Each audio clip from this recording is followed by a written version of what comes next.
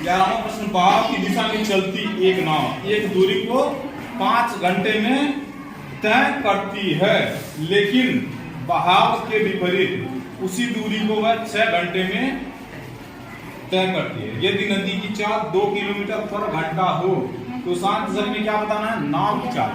पहली बात यहाँ पे हमें समझने वाली बात है, इस सवाल को लगाने के लिए नाव का जो कंसेप्ट होता है उसको जानना बेहद जरूरी है। ठीक है, जब तक हम जानेंगे नहीं कि नदी और नाव में क्या संबंध होता है, नदी की जो धारा होती है और नाव जो होता है उसमें क्या संबंध होता है, अगर उसको हम जानेंगे नहीं तो फिर इस सवाल को हल करना तो बड़ी दूर की बात, इसको हिला नहीं सकते। ठीक है, हाँ मतलब ऐसे थोड़ा सा क्या कमा नहीं होगा। ठीक है, नाव जहाँ है वहीं पर से पानी में रुक जाएगी। ठीक है, तो यहाँ पर समझने वाली बात ये है, आप लोग अक्सर करके देखते होंगे कि अगर यदि कोई नाव नदी में, ठीक है, नाव अगर नदी में है तो होता क्या है, अगर कोई व्यक्ति है, ठीक है, उस नाव को क्या कर रहा है? चला रहा है। ऐसे तो नाव है, इसको अगर चला रहा है, खींच रहा है, तो पक्का है अगर 2 किलोमीटर की स्पीड 2 किलोमीटर पर घंटा, यानी कि 1 घंटे में अगर 2 किलोमीटर इसको नाव को लेकर के जाएगा, 2 किलोमीटर पर घंटा अगर नाव को ले रहा है तो नीचे क्या है? पानी भी तो है। पानी भी तो चलती है, नहीं चलती है? पानी जब चलेगी तो इसकी भी तो कोई स्पीड होगी, ये भी कोई स्पीड लगा करके चलेगी। हो सकता है कि 1 किलोमीटर पर घंटा की स्पीड से चले, पानी की रफ्तार कुछ होगी। ठीक है, जब इन दोनों को हम जोड़ेंगे तो हमको मालूम हो जाएगा कि नदी में जो है, नदी जो है उसमें नाव द्वारा बहाव की दिशा में चली गई दूरी मालूम है। यानी कि जो नदी में जो नाव है वो पानी को क्या कर रहा है? पानी के साथ में बह रही है ना। तो इन दोनों को क्या करेंगे? जोड़ लेंगे तो इनके हमको क्या मालूम है? इन दोनों की क्या मालूम हो जाएगी? क्योंकि हमको पता चल जाएगा कितना 40 किलोमीटर, जैसे कि 2 किलोमीटर चल रहा पर घंटा, ये कितना चल रहा है? 1 किलोमीटर। दोनों मिलकर ये कितना किलोमीटर चल रहा है? 3 किलोमीटर। तो इनकी हमको चाल मालूम हो जाएगी, 3 किलोमीटर चल रहा है। ठीक है, तो समझने वाली बात यहाँ पर यही है कि जब ये कहेगा कि प्रश्न में कहा है कि यदि नदी की चाल 2 किलोमीटर पर घंटा हो तो शांत जल में नाव की चाल बतानी है। क्या बतानी है? शांत जल में नाव की चाल बतानी है। और नाव की जो चाल है वो हमको मालूम नहीं है या नहीं है, तो पहले हमको कुछ मानना पड़ेगा नाव की चाल को। ठीक है, डिजिटल कहाँ रखते हैं? तो हम मान लेते हैं पहले, सबसे पहले माना कि नाव की चाल, माना कि नाव की चाल, माना कि नाव की चाल 10 किलोमीटर पर घंटा है। ऊपर भी कहते हैं, ठीक है, प्रति भी कहते हैं। पर का मतलब एक ही होता है, प्रति का मतलब एक ही होता है।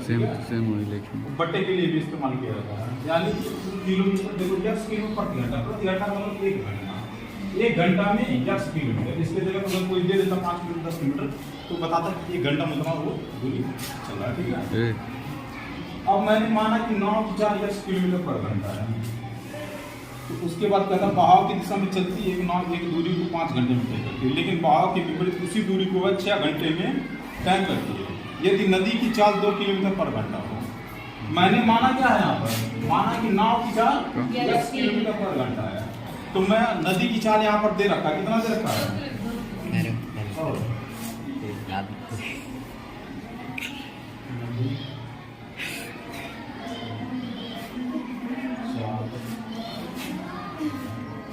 नदी की चाल कितनी है? 2 किलोमीटर।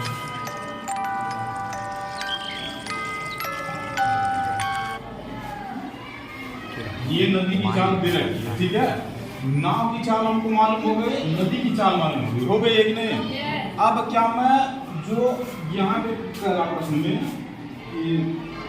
बहाव की दिशा में चलती एक नाव एक दूरी को 5 घंटे में तय करती है, तो क्या मैं अब जो अभी मैं आप लोगों को बताया हूँ कि अगर कोई नाव है, नाव की एक अपनी चाल होती है नहीं, और नदी की जो धारा होती है उसकी अपनी एक चाल होती है। तो मैं क्या, अगर मुझे पता करना रहे कि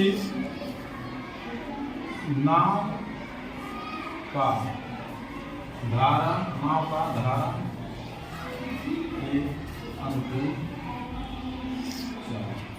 अनुकूल का मतलब जानते हैं आप लोग क्या होता है? उसी के दिशा में हमको चाल, या इसको कह सकते हैं बहाव की दिशा में नाव की चाल। पानी के बहाव की दिशा में नाव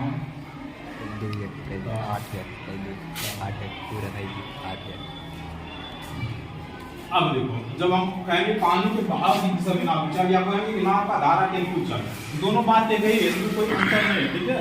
दोनों का एक ही निकलता है, नाव का धारा के अनुकूल चल।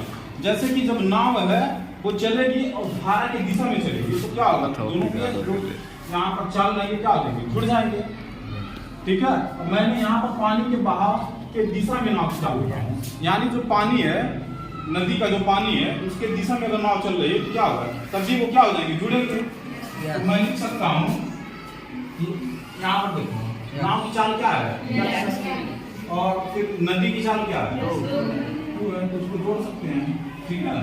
यानी कि हमको किलोमीटर पर घंटा किलोमीटर पर घंटा ये तो कह सकते हैं। अब हमें पता चल गया पानी के बहाव की दिशा में नाव का चाल, ठीक है। पानी की, ये तो पानी के बहाव की दिशा में था, पानी के विपरीत दिशा में भी तो नाव का चाल हम निकाल सकते हैं। पानी के विपरीत दिशा में नाव की, अभी तक मैंने आप लोगों को बताया था जब एक दिशा में रहेगा तो जुड़ जाएगा, विपरीत दिशा होगा तो क्या होगा, घट जाएगा। तो हम घटा देंगे, यानी कि ये यक्स है और ये क्या हो जाएगा, माइनस हो जाएगा, ठीक है। क्योंकि पानी के विपरीत दिशा में जा रहा है इसलिए माइनस हो गया है। अगर उसी के दिशा में जाता तो क्या रहता, प्लस में रहता। तो इतना समझने वाली बात है। जब हम इतना कर लेंगे तो प्रश्न में क्या कह रहा है कि बहाव की दिशा में चलती एक नाव एक दूरी को 5 घंटे में तय करती है। अब क्या करना पड़ेगा हमें, अब तो मैंने यहाँ से देखा कि मुझको माना कि नाव की चाल 10 किलोमीटर मैंने मान लिया और नदी की चाल मुझको दिया था, तो नाव का धारा के अनुकूल चाल मुझको पता चल गया। नाव जो है उसका धारा के अनुकूल यानी कि धारा की दिशा में जाता है और उसके विपरीत में भी हमको चाल मालूम हो चुका है, ठीक है। तो अब जब हमको इतना मालूम हो गया तो हम नाव का जो यहाँ पे बहाव की दिशा में चलती है नाव एक दूरी को कितने 5 घंटे में तय करती है, 5 घंटे में तय करती है। तो यहाँ पर हम निकाल सकते हैं बहाव की दिशा में चलती एक नाव द्वारा एक दूरी को क्या कितने दूरी तय की, 5 घंटा उसका समय लग रहा है। यहाँ पर मैंने चाल निकाल दिया है, ठीक है, चाल निकाल दिया है। अगर हम दूरी निकालेंगे तो पक्का हमें उसकी एग्जैक्ट वैल्यू पता चल जाएगी। मैं अब बहाव की दिशा में अब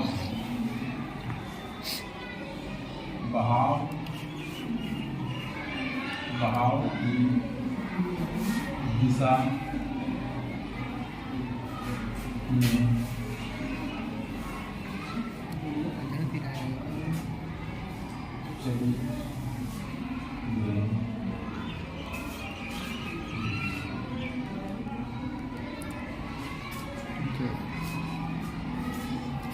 दूरी बराबर क्या होता है, चाल गुणे समय होता है ना।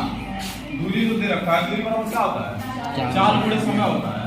तो चाल हम देखेंगे क्या बहाव की दिशा में है, यानी पानी का जो बहाव उसके दिशा में है ना, तो यहाँ पे लिखेंगे चाल गुणे में ये फार्मूला होता है। अब देखो दूरी बराबर क्या है, यहाँ पे देखो चाल गुणे समय, चाल क्या है ना पानी के बहाव x + 2 है, यहाँ पर x + 2 को रखेंगे और समय कितना लगता है 5 घंटा लगता है, यहाँ पर 5 घंटा। ये पानी के बहाव की दिशा में चली गई है, ठीक है। पानी के बहाव यानी जो पानी उसके बहाव की दिशा में चली गई है, पानी के बहाव की विपरीत दिशा में भी दूरी निकाल सकते हैं। पानी के बहाव की विपरीत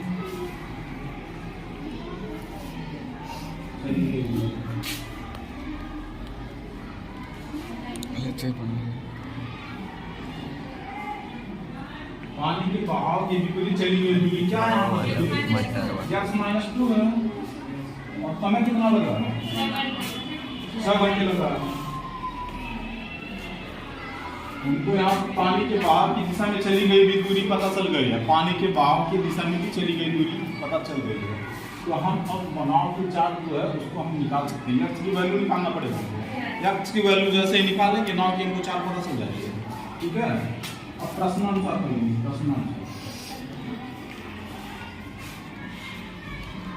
प्रश्नानुसार यहाँ पे देखो, प्रश्नानुसार एक तरफ ऊपर वाली वैल्यू को रख सकते हैं, एक तरफ नीचे वाली वैल्यू को रख सकते हैं। जैसे कि बहाव देखो, पानी के बहाव की दिशा में चली गई दूरी एक तरफ हो जाएगा, पानी के बहाव की विपरीत दिशा में चली गई दूरी एक तरफ हो जाएगा। ठीक है, उसके बाद इसको हम क्या करेंगे, सॉल्व करेंगे।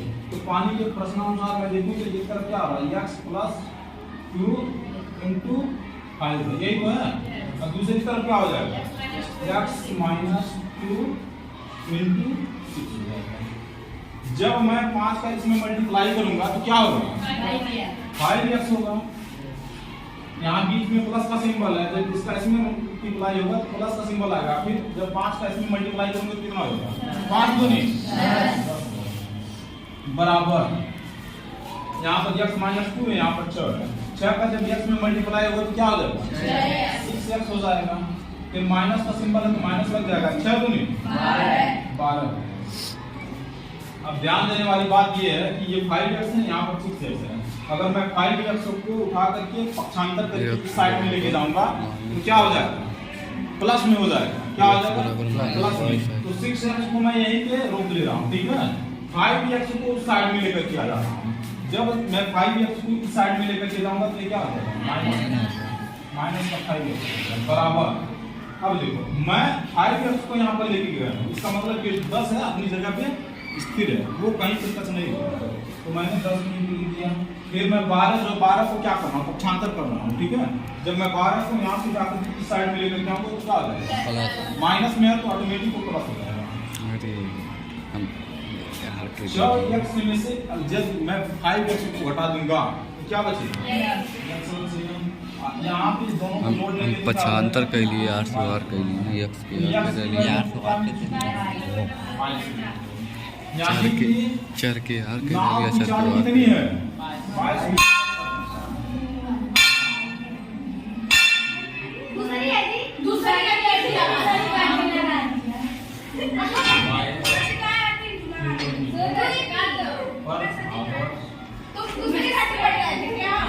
झगड़ा कर रहा है। ठीक है, ये इसका आंसर हो जाएगा। बस के लिए पड़ा हुआ। ये सच्ची होती है।